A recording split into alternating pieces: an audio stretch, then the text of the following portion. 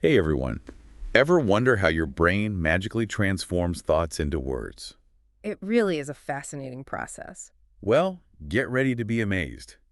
Because today, we're taking a deep dive into the mind-blowing world of language processing in the brain. Buckle up. We've got this incredible physiology handout from a medical expert. Oh, this is going to be a wild ride. It's going to unlock the secrets behind speaking, writing, and even understanding language. What's really intriguing is how language works on two levels.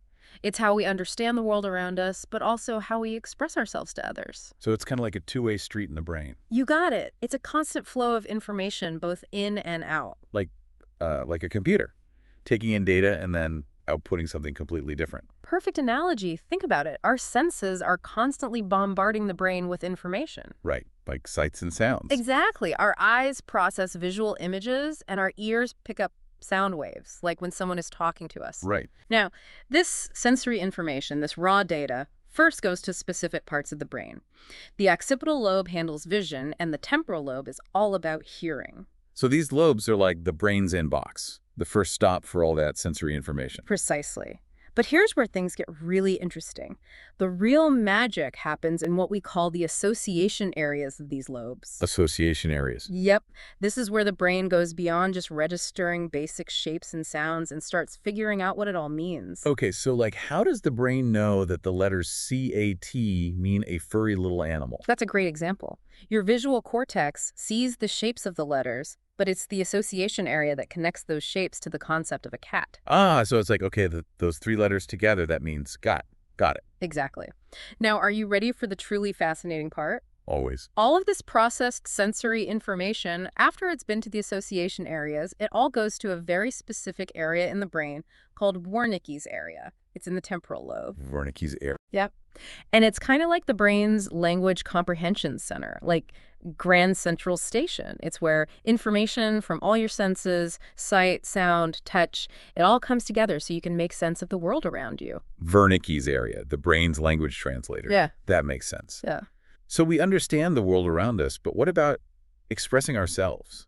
Like sharing our thoughts and feelings? That's the other side of the coin, the motor aspect of language. The motor aspect. Yeah, it's how we take our thoughts and actually turn them into spoken or written words. I mean, we can understand the world, but without expressing ourselves, Yeah, we'd be missing a huge part of what makes us human. totally. It'd be like having all these amazing stories locked away inside with no way to share them. Exactly. So how does the brain actually do it? How do we go from thought to word? Well, once we have a thought formulated in Wernicke's area, that information needs to get to the motor areas of the brain.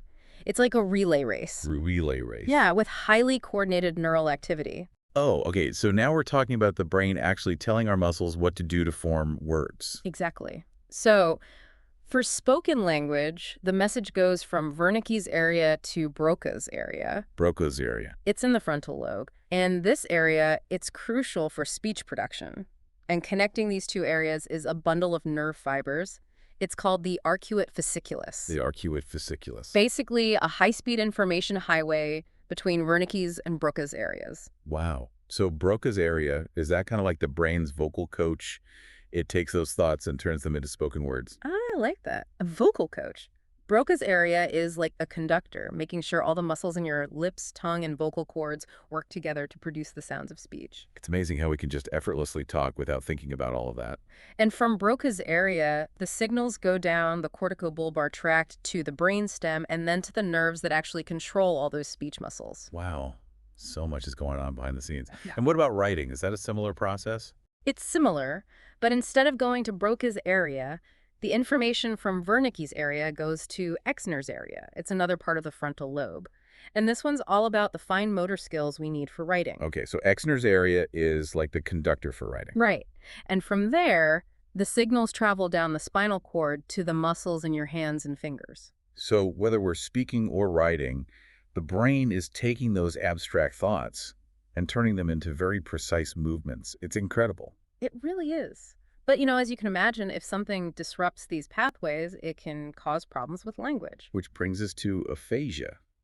I've heard of that, but can you tell us more about it? Aphasia is a group of language disorders. It's what happens when specific areas of the brain, the ones we've been talking about, get damaged. Oh, wow. And it's fascinating because it specifically affects language abilities. So someone with aphasia, they can still move their mouth and hands, Often, yes. but something's wrong with how their brain turns thoughts into language. Exactly. The disconnect happens somewhere in that translation process. Wow, so how many types of aphasia are there? Well, we can group them into two main categories. Sensory aphasia, which is also called fluent aphasia, and motor aphasia, which is also called non-fluent aphasia. Okay, so sensory aphasia is about problems understanding language, and motor aphasia is about trouble expressing yourself. You got it. Can we talk about sensory aphasia first? Sure. Imagine someone talking fluently, but their words are jumbled, or they don't make sense. Or they just can't understand what you're saying? Right. That's a hallmark of sensory aphasia. And it often comes from damage to Wernicke's area or the areas around it in the temporal lobe. So their words might sound grammatically correct, but the meaning is all messed up. Like their brain is trying to put together a puzzle, but with the wrong pieces. Exactly. And within sensory aphasia, there are subtypes depending on which area of the brain is damaged. So like visual aphasia, You know it. where someone can't understand written words. Sometimes it's called word blindness. It's like they're looking at a foreign language. That's a great way to put it. It happens when the visual association areas in the occipital lobe are damaged. The areas that help us understand what we see. So they see the letters, but they don't know what they mean. Right, like they might see the word cat, but have no idea that it refers to an actual cat. Wow, that must be frustrating. Are there other types? There's also auditory aphasia. It's sometimes called word deafness. It comes from damage to the auditory association area in the temporal lobe. So they can't understand spoken words. Right. Their hearing is fine. But their brain can't process the sounds into words. Exactly. Wow. And then there's general sensory aphasia. Yes, and as the name implies, it's more widespread. Issues understanding and expressing language. It usually comes from damage to Wernicke's area itself. So it affects both the input and output of language. Precisely. Someone with general sensory aphasia, they might have trouble understanding what people say, but their own speech might not make sense either. Yes, their speech and writing can become jumbled and full of errors. Even if they can speak fluently. Right. It's incredible how one small area of the brain can have such a huge impact on our ability to communicate. It really is. It shows you how specialized and interconnected our brains are. But now let's switch gears and talk about motor aphasia. Okay, so this is non-fluent aphasia. Yes, and the main problem here is expressing language, either through speech or writing. So they understand what's being said to them, but they struggle to find the words to communicate their own thoughts. You got it. Like they know what they want to say, but they just can't get it out. Exactly. A classic example is Broca's aphasia, Named after the same Broca whose area we were just talking about. the one and only. When that area is damaged, it can cause speech to be slow and halting, lacking the usual grammatical structure, even though the muscles needed for speech are working fine. That must be so frustrating, like your thoughts are trapped. A very good way to put it. And then there's agraphia, or writing aphasia. This one comes from damage to Exner's area in the frontal lobe, the area we were talking about that's important for the fine motor control we need to write. Right. So they can talk just fine, but they can't write down their thoughts. Exactly. It shows how different parts of the brain are responsible for very specific aspects of language. It's all so fascinating and complex. I mean, it really makes you appreciate just how amazing the human brain is. It really does. And fragile. Yeah. It seems like we've only just begun to understand how all of this works. Oh, absolutely. There's so much more to explore. Well, on that note, we'll take a quick break to let everyone process all this amazing information. We'll be back soon for part 2, where we'll delve even deeper into the mysteries of language and the brain. Welcome back. We're continuing our deep dive into how our brains process language. You know, my mind is still buzzing from all those details in the last part. Yeah. It's amazing how many different parts of the brain are involved. It really is like an orchestra, isn't it? Totally. All those areas working together in perfect harmony to create language. And you know, it makes you realize how much we take for granted every time we speak or write a sentence, or even just understand what someone is saying to us. Absolutely.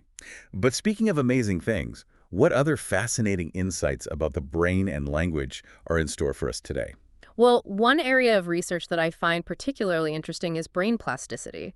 It's the brain's ability to change and adapt throughout life. Brain plasticity. Yeah, you see, we used to think that once you reached adulthood, your brain's structure was pretty much set in stone. Oh, interesting. But now, we know that's not true at all. the brain can still change, even in adults. The brain is constantly rewiring itself based on our experiences. Wow, that's incredible. And that includes our experiences with language. So like learning a new language, that can actually change the structure of our brains. Exactly. Especially the areas involved in language processing. Wait, so all those years I spent trying to learn French, that could have actually changed my brain. It's possible. There have been studies, showing that people who are bilingual, they tend to have a greater density of gray matter in certain brain areas. Gray matter. It's the part of the brain that contains a lot of the neurons, the brain cells that process information. And those areas with more gray matter, they're often involved in things like executive function and attention control. So knowing more than one language, that could make my brain more efficient overall. Potentially. But, this idea of brain plasticity, it also has big implications for conditions like aphasia that we talked about earlier. Aphasia, right? That's when damage to certain areas of the brain disrupts language abilities. Exactly. But because of this plasticity, the brain can often find other ways to compensate for those damaged areas, especially with the help of therapy. So even when there's damage, the brain can adapt and find workarounds. That's encouraging. It really is. It's like having a backup system. And the more we understand about how this brain plasticity works, the better we'll be able to develop treatments for people with aphasia. That's fantastic.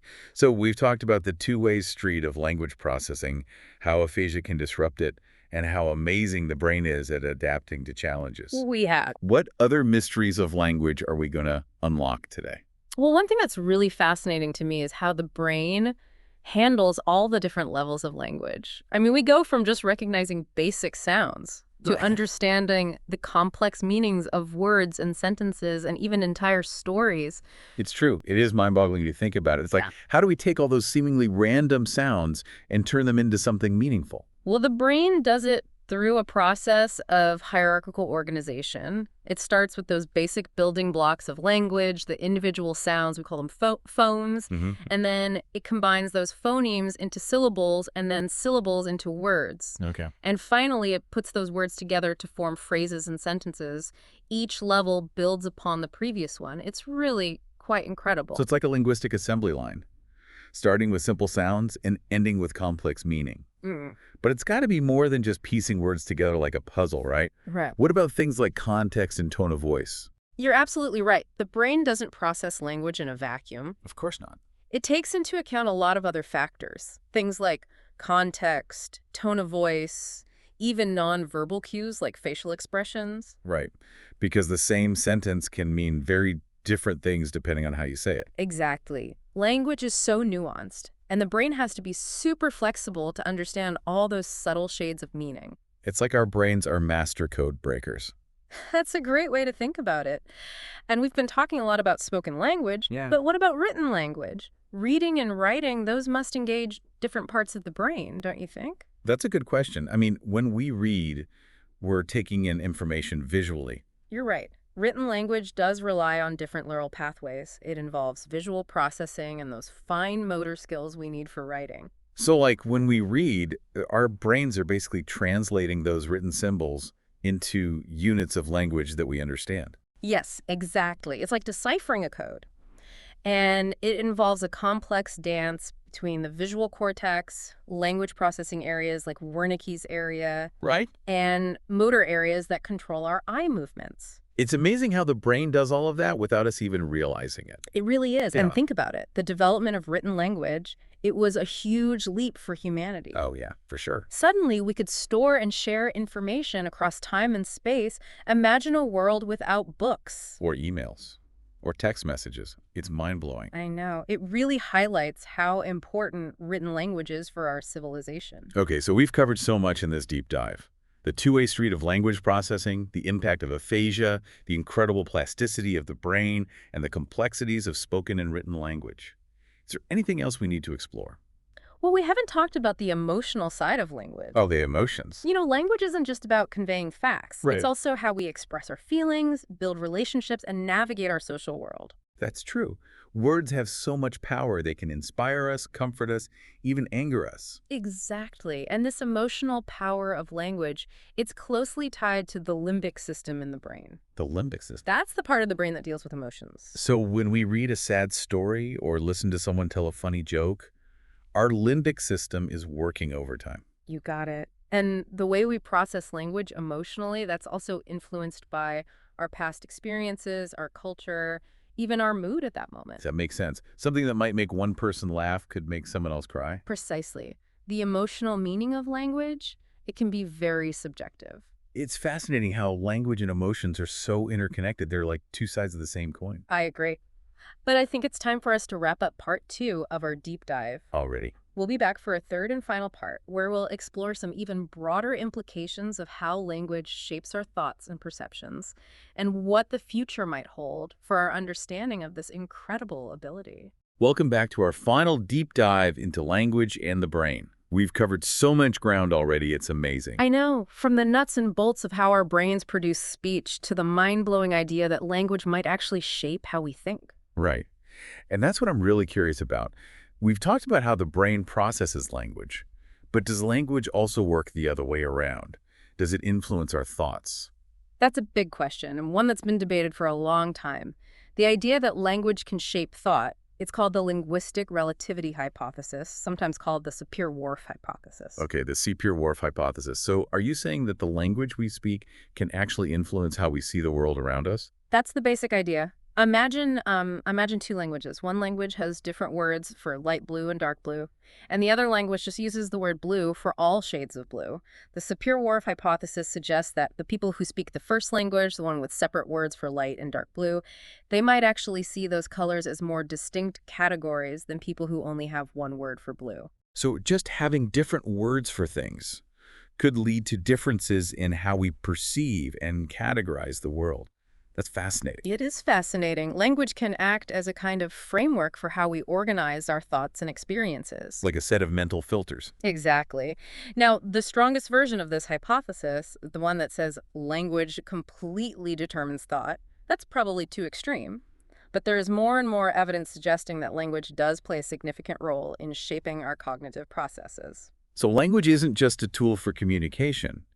It's also a way of seeing and understanding reality. That's a great way to put it. So learning new languages, being exposed to different ways of speaking and thinking, could that actually help us see the world in new ways? Absolutely. It's like adding new tools to your mental toolbox. The more languages you know, the more ways you have to think about and describe the world. I love that analogy. It makes the case for language learning so much more compelling. It's not just about communicating. It's about expanding our minds and perspectives. Precisely. And it underscores the idea that language isn't just about practicality, it's a fundamental part of what makes us human. Well said. So as we wrap up this incredible deep dive into language and the brain, what are some of the most exciting areas of research happening right now? What mysteries are scientists still trying to unravel? One area that I'm particularly excited about is research into how babies and young children learn language. It's remarkable how quickly they go from babbling to speaking fluently. Researchers are trying to understand the brain mechanisms behind this incredible feat of learning. It's like they absorb language like sponges. How do they do it? It's truly amazing. Another area of research that's really pushing the boundaries is the study of how the brain processes language in real time. We've talked about the different parts of the brain involved, but how do they all work together as we speak, listen, read, and write? Yeah, like a symphony orchestra, all the instruments playing in sync. Exactly. New brain imaging technologies, they're allowing us to see what's happening in the brain as it processes language. It's providing incredible insights into how this complex system works. Well, I have to say, this deep dive has been an absolute blast. We've explored so many facets of language, from the nitty-gritty of how we produce sounds to the big questions about how language shapes our thoughts and perceptions. It's been a pleasure sharing this journey of discovery with you and our listeners. Hopefully, we've sparked some curiosity and inspired everyone to keep exploring the wonders of human language. It's been a real treat. And remember, every time you speak, write, or even think, you're engaging this incredible faculty that makes us uniquely human. Keep those conversations flowing and never stop exploring the power of language.